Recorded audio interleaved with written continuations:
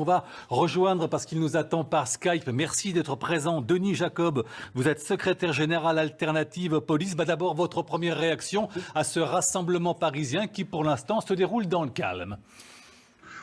Vous savez, je n'ai pas de jugement de valeur à porter sur de telles manifestations. Bien évidemment que la lutte contre le racisme partout dans le monde est importante et que c'est normal que ça puisse se faire également en France. Ce que je n'admets pas, par contre, c'est que cette manifestation stigmatise l'institution complète police nationale sur la base de faits minoritaires et que l'on prétend qu'il y aurait un racisme systémique au sein de l'institution, un système organisé, et ça je me porte en faux, je le dénonce totalement, ce n'est pas la réalité des faits. Alors en l'occurrence, notre reporter qui était rue Royale à Paris, ceux que nous avons entendus tout à l'heure également, qui sont sur place à Rennes et à Bordeaux, nous disaient que essentiellement l'objectif premier de ces rassemblements parisiens et régionaux, c'était des rassemblements contre le racisme en général. Oui, c'est une très bonne chose. Et vous savez, dans la police nationale, puisqu'il y a des affaires actuellement qui défraient la chronique et qui a engendré quelques mouvements de contestation aussi violents il y a quelques jours, la police fait son autocritique depuis maintenant une bonne vingtaine d'années. Elle s'est ouverte à la société. Les policiers aujourd'hui sont à l'image de la population. Je reprends toujours cette expression parce qu'elle est connue historiquement de la population française. La police est black, blanc, beurre à l'image de la population, mais il y a aussi des ouvertures et une plus grande transparence, notamment dans la lutte contre toutes les formes de discrimination et notamment contre les discriminations qui portent sur l'orientation sexuelle. Il y a une association qui existe depuis 20 ans dans la police nationale qui s'appelle FLAG, qui est aujourd'hui soutenue par le ministère de l'Intérieur et qui régulièrement dans les écoles de police va faire de la pédagogie, de la sensibilisation aux luttes contre les discriminations. Donc la police sait faire son autocritique, elle essaye de faire du mieux possible, d'améliorer les choses. Malheureusement, nous ne sommes pas à l'abri d'individualités dans les comportements qui sont condamnables, contestables et qui doivent être sanctionnés à la hauteur de la gravité des faits qui se sont produits. Alors restez encore quelques secondes avec nous s'il vous plaît monsieur Jacob. On va écouter Jean-Luc Mélenchon, le leader de la France Insoumise, s'exprimer ce matin entre autres sur les interpellations. Écoutez bien ce qu'il dit et ensuite on réagira ensemble.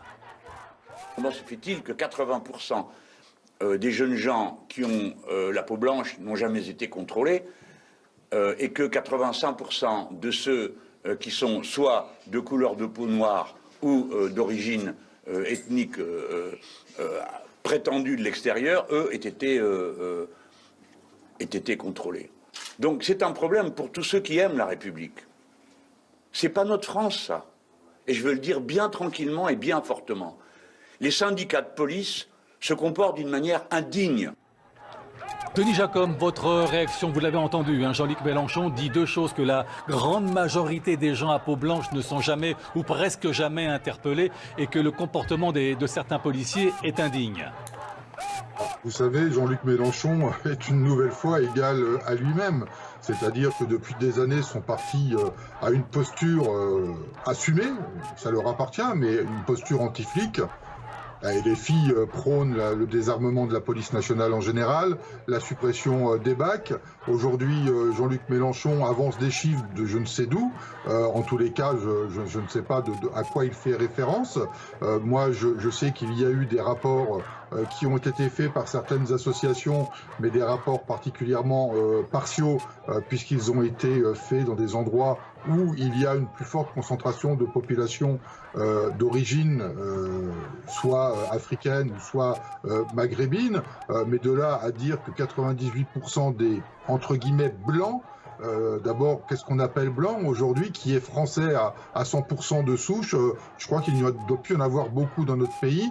Donc il faut arrêter avec cette mise en opposition systématique des blancs et des noirs ou des beurs. Nous ne sommes pas aux États-Unis, nous n'avons pas la même culture, nous n'avons pas la même histoire, et la police nationale n'a pas les mêmes prérogatives. Aux États-Unis, c'est une police municipale en fonction des communes, des villes, en fonction des États.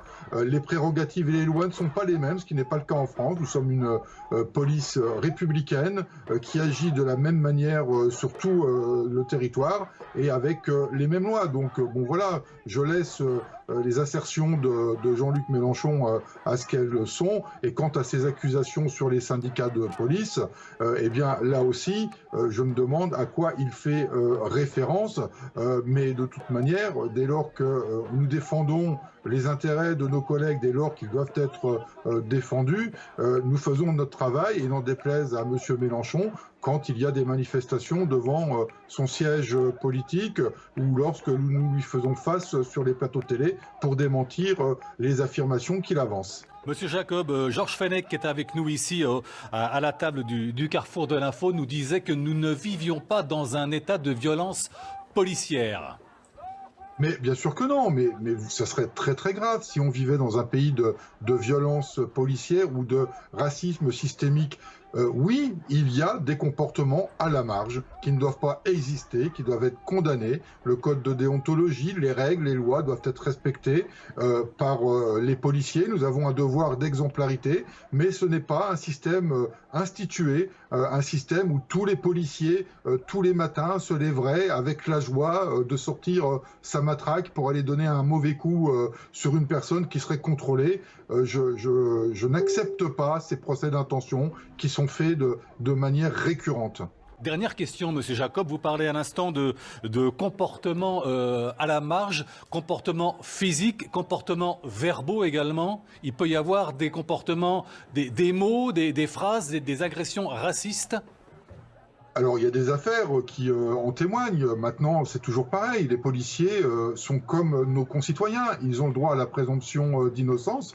Et tant qu'ils ne sont pas condamnés par la justice sur la base d'éléments factuels, il n'y a pas lieu de porter des procès comme cela, de public, sur des policiers pour lesquels la justice ne s'est pas encore prononcée. Mais il semble qu'il y ait des comportements. Alors après, on nous rapporte des choses comme ce groupe Facebook qui vient d'être dévoilé, où il y aurait 8000 personnes qui tiendraient des propos racistes, sexistes, homophobes, dont a priori certains policiers. Là aussi, laissons l'enquête déterminer ce qu'il en est exactement.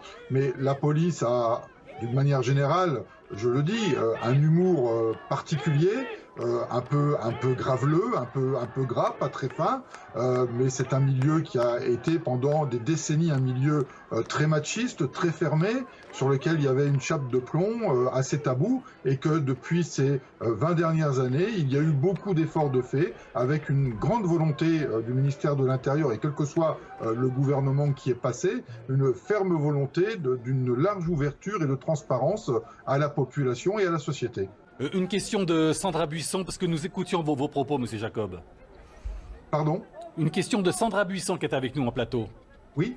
Bonjour Denis Jacob, non, je voulais juste vous préciser votre pensée quand vous dites que les policiers ont un humour spécifique.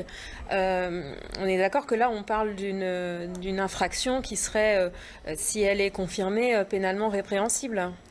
Non, je ne parle pas d'un humour raciste, hein, bien évidemment. Je parle d'un humour un peu de premier degré. Il est bien évident, et je me répète et je redis tous les propos que j'ai tenus ces derniers jours, le racisme et toute forme de discrimination n'a pas lieu d'être dans la police nationale. Ça ne doit pas exister. On doit continuer à faire le travail nécessaire pour tendre au fait zéro.